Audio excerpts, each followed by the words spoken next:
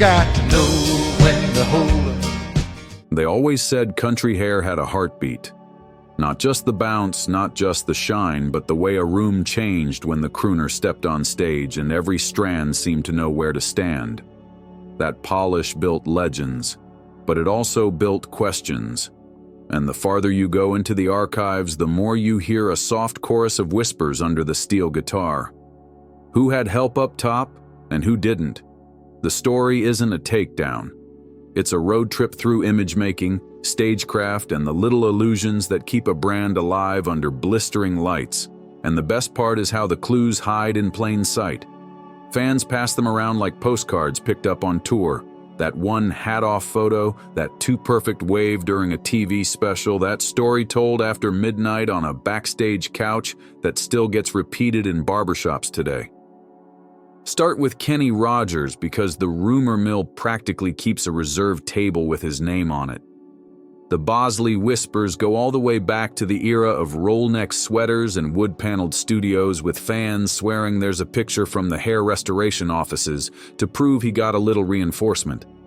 Whether that photo lives in someone's scrapbook or only in message board memory almost doesn't matter, because the speculation became part of how people read his look. The beard could grow snow white, the eyes could soften into that friendly squint, but the crown always looked tour-ready, like it had its own itinerary. Maybe that's why the rumor lasted. It fit the showman. You expect a Vegas pro to know his angles. You expect a country icon who crossed over into primetime variety to make the lighting love him. And if a touch of behind-the-scenes help made the outline match the myth, well, audiences expect you to show up prepared right down to the crown. Roy Clark turned the whole thing into a punchline so good it kept traveling without the clip.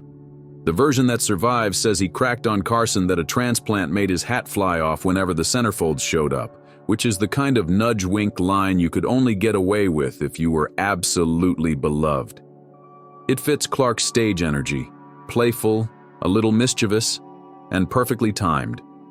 The larger truth under the joke is that hair in country television was choreography. It had to survive fiddle breaks, pick and runs, and laugh lines without moving an inch. Whether the gag happened exactly that way hardly matters now. The entire point of a good showbiz rumor is that it sticks because it feels right. Clark was a master at that. Grin first, pick faster, move on. Glenn Campbell stood on the opposite end of the spectrum, a studio slick figure whose hair changed shape the way a session chart changes key. Surf smooth in the 60s, permed and TV pristine in the variety years, then brushed into that golden boy shine you can still picture when the first notes of Wichita linemen land. Fans have traded hair stories forever, little forum diaries that read like museum labels for screenshots. But the more interesting lens isn't piece or no piece, it's what did the look sell. Campbell's entire project was effortlessness, hard notes played easy, hard emotions sung plain, and hair that never fought the camera. People don't repeat rumors for the proof. They repeat them because the shape of the rumor matches the silhouette they already believe. Conway Twitty made his hair a character, then dared the world to figure out if the character was playing itself. That lacquered pompadour deserves a Hall of Fame plaque all its own. You can practically hear the hairspray hiss when he leans into "Hello, darlin'." Every generation rediscovers the bit and cracks the same joke. Is that thing legal? And then they look again because charisma makes even the stiffest silhouette seem like a living thing. Twitty's secret wasn't whether he wore help, it was consistency. He kept a signature that read across decades of wardrobe changes, label switches, and fashion earthquakes. Audiences love a constant, and if the constant looks like it could deflect a light breeze, all the better. Then there's Porter Wagoner, whose blonde skyscraper sat on top of those rhinestone suits like a neon sign above a honky-tonk. With Porter, the line between wig rumor and brand category blurs on purpose. His show wasn't coy about the artifice, it showcased it. The suits were too bright to be real life, the smile too symmetrical, the hair too perfectly piled. He sold an ideal as plain as a billboard, country as show business, nothing to apologize for. The effect rubbed off on everybody around him, from duet partners to audience members who learned that spectacle didn't dilute the heart, it amplified it. If the price of that promise was upkeep measured in cans and combs and careful reinforcement, then that was part of the labor cost of spectacle. Buck Owens built a different kind of sheen in Bakersfield, all hot Telecasters and crisp lines, but even there people whispered that the coiffed top sometimes looked a little too placed. It's not that anyone dug up a smoking gun toupee tag, it's that his TV years were so glossy, the hair started to seem like part of the hardware. Buck's gift was translating bar band punch to living room comfort, and a camera loves hair that doesn't fight the lights. When you live under bulbs for a living, did he add a little help? Is a question that never dies. It's the same question that follows any immaculate stage detail once it's become familiar. Maybe it's real, maybe it's reinforced. Either way, it reads as a perfectly wrapped present even when you already know the shape. George Jones is where the rumor loop closes on itself. For years, people asked if he wore a piece, and then whole essays popped up just to argue that he didn't. The meta-debate says more than the answer. Why did anyone care so much? Because Jones embodied a different kind of male beauty on stage, vulnerable, lined, human. If his hair was real, it affirmed the myth of the unvarnished country poet. If it wasn't, it proved that even the most honest voice in the room still needed a little scaffolding to face the glare. Either way, the songs won. When the first syllable lands just right and the ache blooms, every external question fades. The hair becomes the frame, the voice becomes the canvas you stop noticing after the first chorus lands. Hank Williams Jr. wore the hat like armor, shades, and beard, completing the silhouette until you could recognize him by outline alone. The brim itself became the rumor.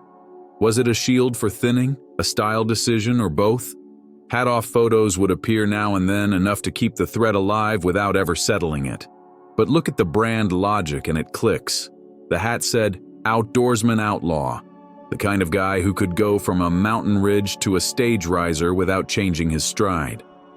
If there was a practical benefit too, that's not a scandal. It's a 2-for-1. Country is full of 2-for-1s, pretty things that are also useful. His hat was a billboard you could see from the parking lot, and a security blanket when the world stared too hard. Garth Brooks is a modern case study in how one moment can light the fuse. Take the night he sang without his hat and everybody saw fuller, darker hair than they expected. Cue 1,000 think pieces, 100 experts, and more before and after slideshows than a dermatologist's convention. He never confirmed anything, which only made the guessing game go louder. But the visual math is simple. A stadium act has to read from the rafters. The hat is a tool, the hairline is part of the outline. Any tweak that improves the silhouette under TV lenses and drone cams becomes news, even if the singer himself shrugs it off as just a cleanup. That's the burden of a modern icon. Every detail gets litigated by the whole internet in a single afternoon. Ray Price had that set-for-TV coif in his later years, the kind of immaculate contour that made fans joke about shellac and secret salons. You could chalk a lot of it up to pro styling. Television prefers hair that behaves, but Price's poise added a different layer. He aged into elegance. Letting the gray show while keeping the lines crisp gave him a statesman's presence, and when men hit that lane, people often assume a little extra help is involved.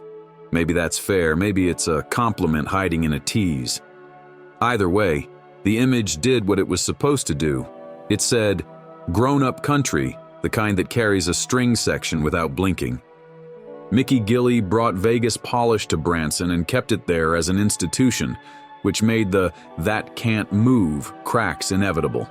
A showroom residency requires durable hair. It's practically part of the rider. You're greeting tour buses all afternoon doing press, then stepping into spotlights that could toast bread. The solution is architecture.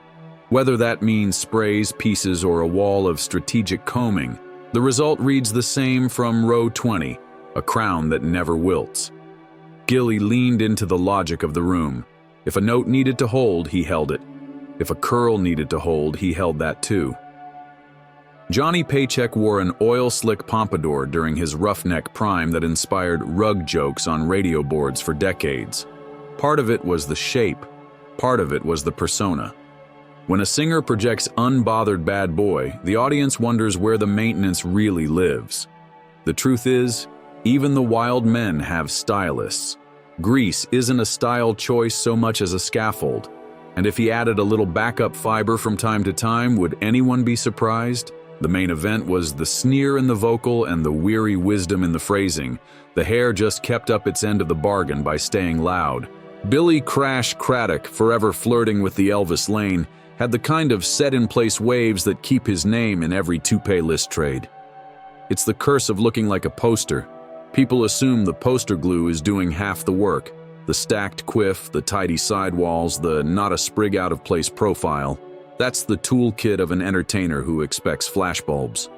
Whether the scaffolding came from a bottle, a brush, or a drawer, the effect stayed steady, which is what promoters pay for when they print your face on 1,000 handbills.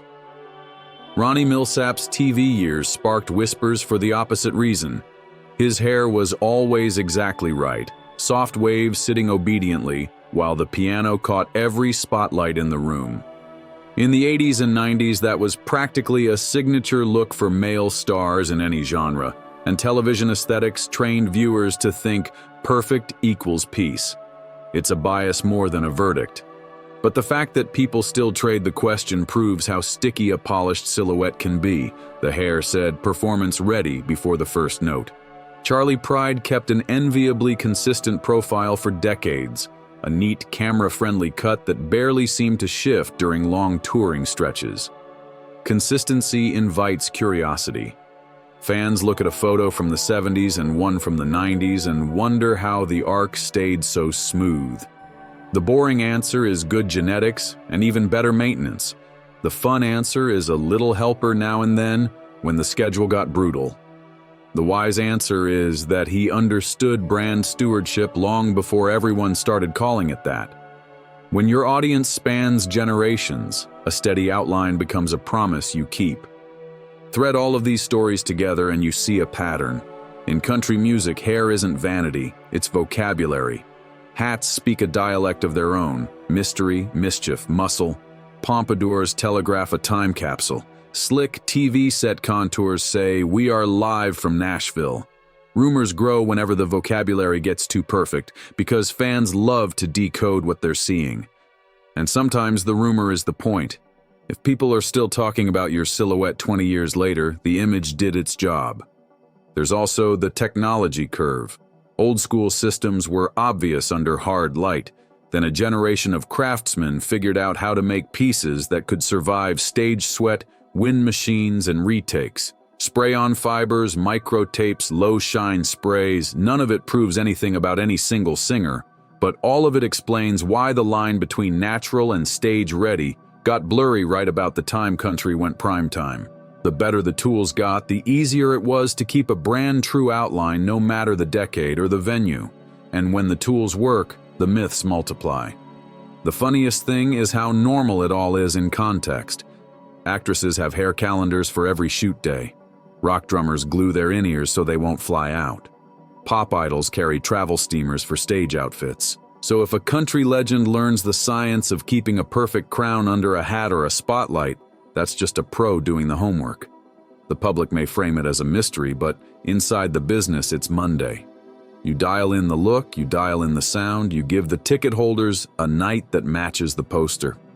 Still, the curiosity isn't going anywhere, and honestly, thank goodness for that. Fans care because the little details make the legends feel alive. A rumor about a transplant becomes a folktale about a late-night quip. A perfectly shellacked coif turns into a shorthand for a man who never phoned it in, even when the calendar got heavy. A hat becomes both shield and spotlight, a prop that tells you exactly who you're seeing from the far end of a football field. Those are the breadcrumbs that keep people swapping stories in comment sections and at tailgates long after the encore fades. So who wore what?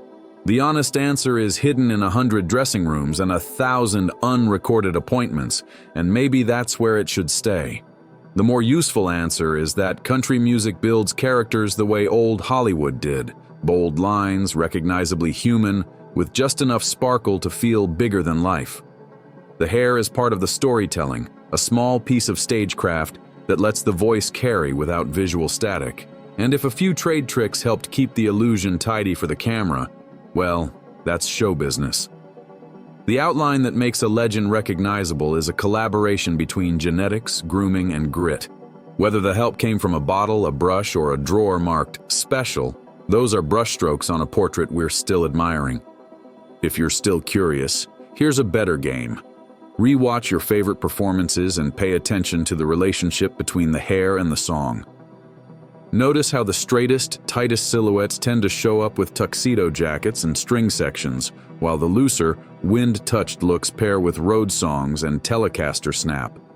See how a brim lowers right before a defiant lyric, or how a perfect wave softens a love ballad. Once you see the pattern, the rumor fades into the background and the craft steps forward. The hair isn't hiding something. It's pointing your eyes where the music wants them to go. In the end, the legends stand because the songs do. A rumor can carry a laugh, a style can carry a brand, but only a voice can carry a lifetime.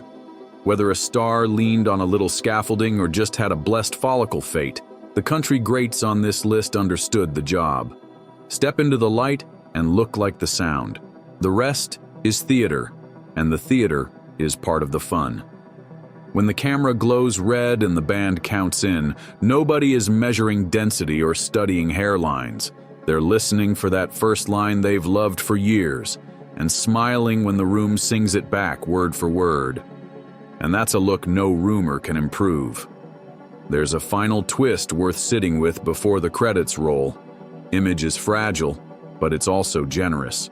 The same artifice that hides a thinning crown can reveal a performer's discipline, because it tells you they showed up prepared to deliver the fantasy you paid for. Think about how a stadium night actually feels. You're part of a river of people. The sound is shaking the bleachers, and the figure in the center has to read as unmistakably themselves from 500 feet away. That's not an accident, it's engineering. Hats, lights, vests, boots, and yes, hair. Those are beams and braces holding up a sound you can feel in your chest. If a rumor gives fans an extra way to talk about the magic, that's value added, not subtracted. And if a singer keeps a personal secret or two behind the dressing room door, that's not deception, that's boundary keeping. The same way a poet keeps a notebook nobody reads. The mystery isn't a flaw, it's a spice. It gives the legend room to breathe, and it gives the audience space to imagine. Long after a career's peak, long after the chatter cools, what survives is the silhouette and the songs, the outline that tells you who's walking toward the mic and the melody that tells you why you cared in the first place. The hair just helps the heart of the song get there a little faster. In country, the outline carries emotional truth.